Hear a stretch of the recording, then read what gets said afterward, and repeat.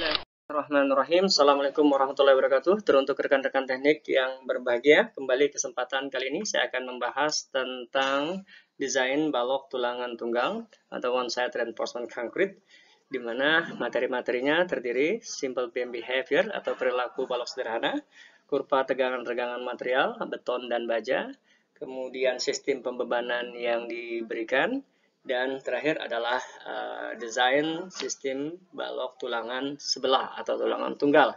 Jika channel ini bermanfaat, jangan lupa like and share dan tekan tombol subscribe-nya. Selamat menyimak. Sebagaimana yang kita ketahui bahwa struktur balok adalah struktur yang didesain untuk menerima gaya lintang dan momen lentur.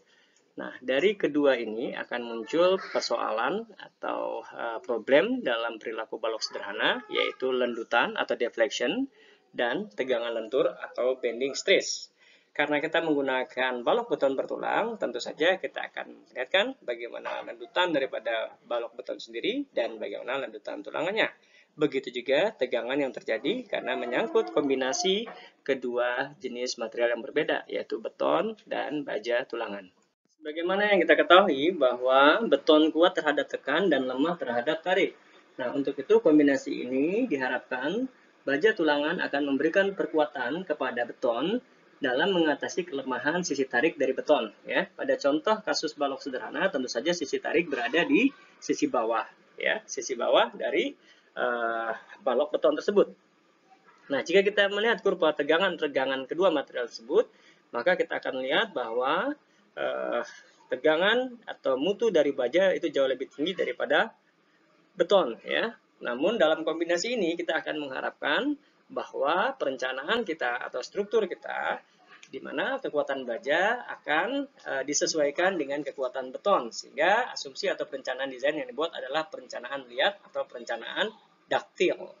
Selanjutnya kita akan masuk ke dalam pembahasan sistem pembebanan, bahwa pada desain struktur beton bertulang, ya, umumnya struktur beton bertulang lainnya, itu adalah sistem pembebanan terdiri dari beban mati, beban hidup, ya, dan beban lingkungan. Di mana beban lingkungan ini bisa beban angin atau wind load, beban gempa, dan bisa juga beban ledakan atau beban-beban khusus lainnya. Nah, selain itu kita juga dikenalkan ya untuk peraturan pembebanan di Indonesia yaitu SNI 1727 2019 ada beberapa kombinasi pembebanan karena tentu saja beban-beban itu akan bekerja bersama-sama. Namun secara bijak di engineer tidak mungkin beban itu juga akan dikerjakan secara bersamaan secara seluruhnya, mesti ada pengaturan kombinasi-kombinasi yang diatur oleh SNI 1727 2019 yang mengacu pada American Society of Civil Engineering nomor 7. Selanjutnya, berdasarkan beban-beban yang bekerja tadi, maka akan menghasilkan gaya-gaya dalam, ya, baik itu nanti berupa gaya lintang. Dalam tampilan Anda akan muncul juga gaya momen lentur atau bending moment diagram. Nah, untuk yang simple beam, ya, atau tumpuan sederhana, tentu saja bending momennya adalah single curvature, ya, bentuknya parabola karena beban terbagi merata, ya, di mana momen akibat beban mati ditambah dengan momen akibat beban hidup, ya, berturut-turut. Dalam hal ini kombinasinya seperti itu. Namun beda halnya dengan kondisi yang struktur balok yang diberi tulangan jepit atau dalam fenomena-fenomena yang biasa kita lihat di portal beton atau balok kolom beton. Tentu saja akan terdiri dari momen negatif atau momen tumpuan, ya, MU negatif, dan momen lapangan atau momen positif yang tentu saja akan mempengaruhi jenis tipe tulangannya tersebut. Akan kembali ke pembahasan awal, yaitu konsep atau filosofi dasar dari beton bertulang tulangan sebelah. Sebagaimana kita ketahui bahwa tulangan baja diperuntukkan adalah untuk memperkuat beton dalam menahan sisi tariknya. Nah, di sini kita lihat ada kombinasi yang harmonis antara beton dan tulangan baja, di mana kekuatan beton itu dikuantifikasikan dengan istilah CC yang terdiri dari 0,85 F aksensi dikalikan A dikalikan B. Parameter-parameter F aksensi adalah mutu beton, A adalah daerah setinjauan pusat berat, ya, dari gaya bekerja, kemudian B adalah lebar balok. Sedangkan TS adalah tulangan kemampuan tarik dari tulangan baja yang ditandai dengan luas tulangan tarik dan tegangan leleh baja. Selanjutnya, karena CC sama dengan TS, maka kita akan fokus kepada nilai A, ya, di mana A di sini untuk A keseimbangan balok, ya, dan nilai A tergantung dari nilai CB yang merupakan posisi pusat berat. di mana pada awalnya bahwa distribusi gaya yang bekerja akibat tekan beton itu adalah berbentuk parabola dan ada penyederhanaan menjadi bentuk rektangular atau bentuk persegi sehingga dapat komponen atau tambahan 0,85 F aksen C berdasarkan hasil riset mereka. Nah, di sini kita lihat nilai CB ya. Jadi posisi seimbang dari pusat beratnya itu adalah 600 kali D dibagi 600 tambah FY. D adalah tinggi efektif dihitung dari as tulangan tarik sampai ke sisi tekan beton teratas. Nah, kemudian kita diperkenalkan nilai beta 1 ya, di mana hubungan antara A balance dan C balance itu adalah beta 1 kali CB. Beta 1 nilainya 0,85 apabila mutu betonnya kurang dari 30 MPa, uji silinder tentunya. Namun perhatikan juga dengan peraturan-peraturan terbaru, ada yang juga mengatakan di SND 2847 2013, F aksen C lebih kecil sama dengan 28 megapascal. Untuk alasan penulangan daktil, maka nilai A ditentukan adalah 75% dari A balance ya. Maka kita akan bisa menghitung ya berdasarkan rumus C balance tadi dengan masukkan nilai beta satunya dan mengalikannya dengan 0,75 gitu ya. Yang mengalikannya dengan 0,75. Nah, di sini kita bisa ketahui bahwa A merupakan fungsi dari D, ya, di mana beta 1 dan FY telah kita ketahui sebelumnya. Kita akan menghitung nilai CC, ya, kemudian tentu saja dari sana, karena CC dan TS itu adalah sama, karena keseimbangan juga sama, CC adalah sisi betonnya, TS adalah untuk sisi tulangan bajanya. Hitungan momen juga ditentukan setelah kita mendapatkan nilai A, yaitu TS kali D min setengah A, atau CC kali D min setengah A. Jadi statis momennya adalah D kurang setengah A. Dan kita ketahui bahwa momen nominal yang sudah direduksi atau 0,85 momen nominal, faktor ini juga harus Anda cross check ya di masing-masing peraturan dan peruntukan fungsinya, maka dia harus lebih besar dari momen ultimate yang bekerja. Nilai momen nominal dapat diketahui dengan cara membagi momen ultimate dibagi dengan faktor reduksinya. Nah, dari sana kita tentu saja akan mendapatkan fungsi D dalam persamaan kuadrat ya. Tentu saja kalau lebar baloknya sudah kita asumsikan berapa porsi atau berapanya D. Nah, apabila D atau tinggi efektif balok ini sudah ketemu, maka nilai A juga akan otomatis didapatkan. Lihat langkah pertama. Untuk lebih jelasnya, perhatikanlah contoh berikut ini. Sebuah balok ya memikul momen positif gitu ya. Memikul momen positif ya terfaktor oleh beban gravitasi sebesar 200 kN. Tentu saja kalau sudah momen terfaktor artinya dia sudah termasuk apakah beban mati atau beban hidup ya, sudah termasuk nilai segitu.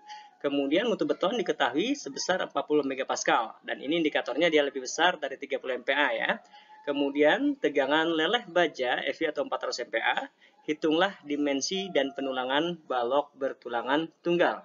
Langkah pertama adalah menentukan nilai beta 1 ya. Karena nilai beta 1 kita harus ditentukan dulu mengingat F aksen C atau mutu betonnya lebih besar dari 30 MPa. Sehingga masuk dengan formula kita dapatkan beta 1 0,78 dan kita cek dengan nilai beta 1 minimum masih di atas 0,65, maka yang kita pakai adalah 0,78 untuk beta 1. Kemudian kita akan menghitung A balance-nya ya. Balance kita bisa hitung dengan formula berikut yaitu 0,78 kali 600D dibagi 600 plus FY. Di sini D masih dalam bentuk variabel. FY tegangan leleh kan udah dapat nilainya 400 MPa. Diketahui bahwa ini adalah besi baja tulangan ulir gitu ya, atau tulangan deformasi.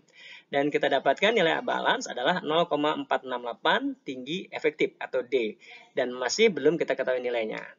Agar perencanaan kita adalah ductile reinforcement atau tulangan liat, maka A sama dengan 0,75 A balance. Dan kita dapatkan nilai A adalah 0,351D.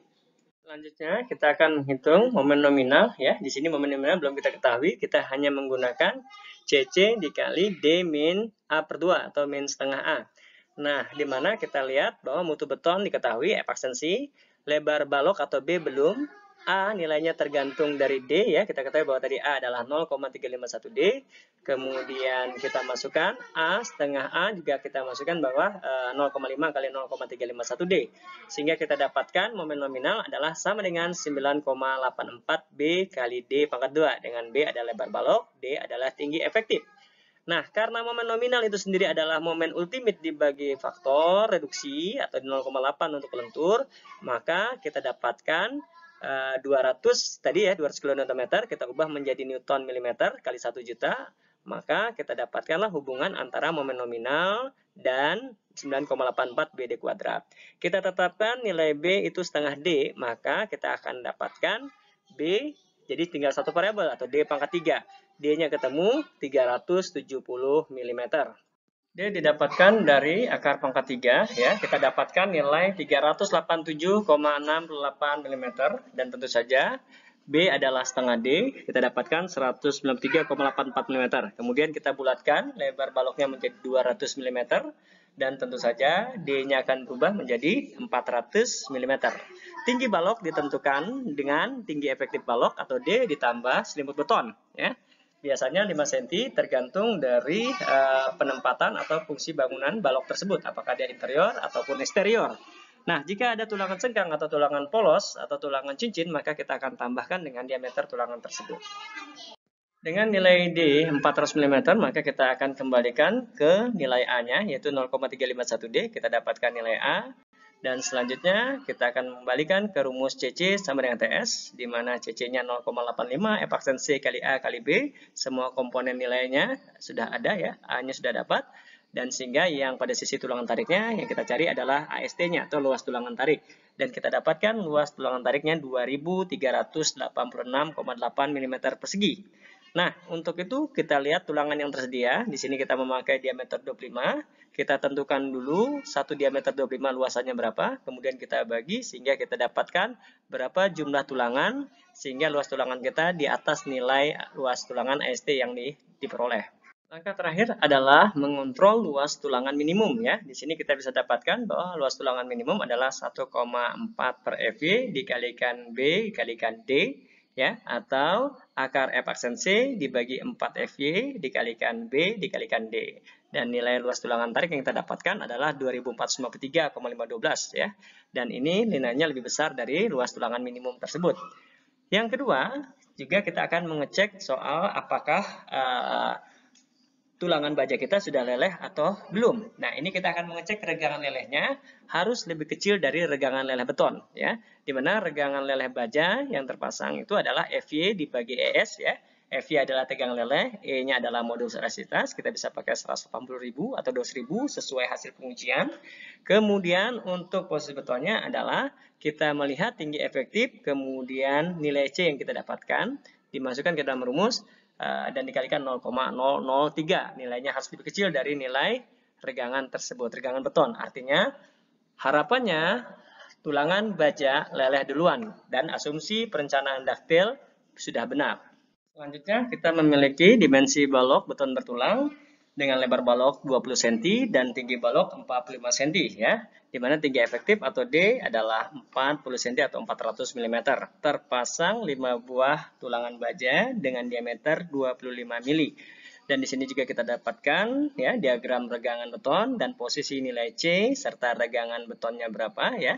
Dan asumsi bahwa tulangan tarik baja juga sudah leleh terlebih dahulu sebelum betonnya mengalami leleh. Kemudian kita lihat juga diagram tekanan beton ya, gaya tekan beton CC dan gaya tarik baja sebagaimana yang disajikan dalam gambar. Berikut adalah beberapa referensi yang saya sarankan untuk teman-teman membacanya. Yang pertama tentu saja itu adalah SNI 2847 2013 atau bahkan mungkin 2019 ya, kalau misalnya bisa dikonfirmasi dengan baik. Kemudian atau juga bisa juga melihat di SNI 1727 2013 tentang pembebanan. Dan untuk desain tentang gempa yang seperti saya singgung tadi terakhir sedikit ya, itu adalah dengan SNI 1726, mungkin dicek yang 2019 mungkin sudah keluar ya, mungkin bisa dikonfirmasi dari sana ya, yang pertama. Terus juga bisa juga membaca buku karya Cukiawang dan Salmon ya, itu yang Reinforced Concrete Design. Tentu juga lihat dulu tahun update-nya dan beberapa buku-buku beton yang lainnya, termasuk Design of Concrete Structure ya.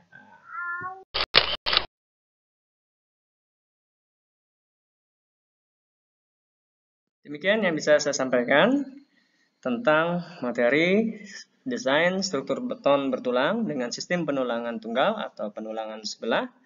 Jika ada kekurangan, mohon dimaafkan. Dan jangan lupa, jika channel ini bermanfaat, tekan like and share, dan jangan lupa subscribe, karena subscribe itu gratis. Terima kasih, tetap sehat, tetap fokus, dan tetap semangat, tetap berbakti kepada kedua orang tua. Assalamualaikum warahmatullahi wabarakatuh.